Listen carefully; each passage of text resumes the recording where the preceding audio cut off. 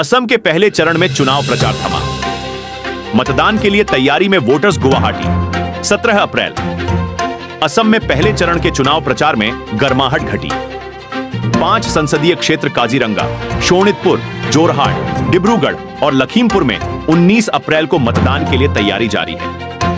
मुख्यमंत्री हेमंत बिश्व शर्मा ने शिवसागर में चुनाव 2024 कब्जा होने की घोषणा की। पहले चरण में कुल 35 उम्मीदवार मैदान में हैं, जो सभी सीटों पर भाजपा और संयुक्त विपक्षी मंच के बीच सीधे मुकाबले में हैं। मतदाताओं की भरपूर उत्साह के साथ तैयारी में है। Bureau report, Republic India TV.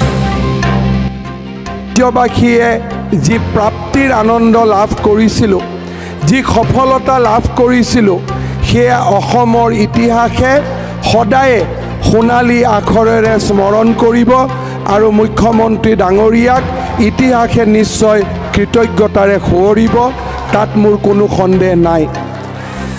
এই চৰকাৰৰ কাৰ্যকালত অসম গণ পৰিষদ আৰু আমাৰ বিধানসভাৰ প্ৰতিগৰাকী সদস্যই যি ধৰণে সহায় আগবঢ়াইছিল আৰু একত্ৰিতভাৱে কোভিডকে ধৰি কেইবাটাও সংকট আমি অতিক্ৰম কৰিব পাৰিছিলোঁ, সিয়ে মিত্ৰতাৰ এক নতুন মূল্যায়ন, একতা, সমন্বয় আৰু ৰাজনৈতিক সহ অৱস্থানৰ এক নতুন দৃষ্টান্ত দাঙি ধৰিবলৈ সক্ষম হৈছিল।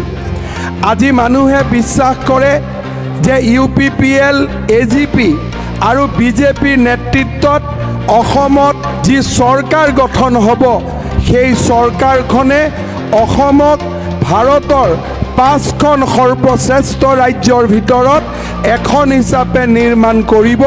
তাত সকলো অসমৰ ৰাইজে বিশ্বাস কৰে আৰু সেই গতিৰে আজি আমি আগুৱাই গৈছোঁ।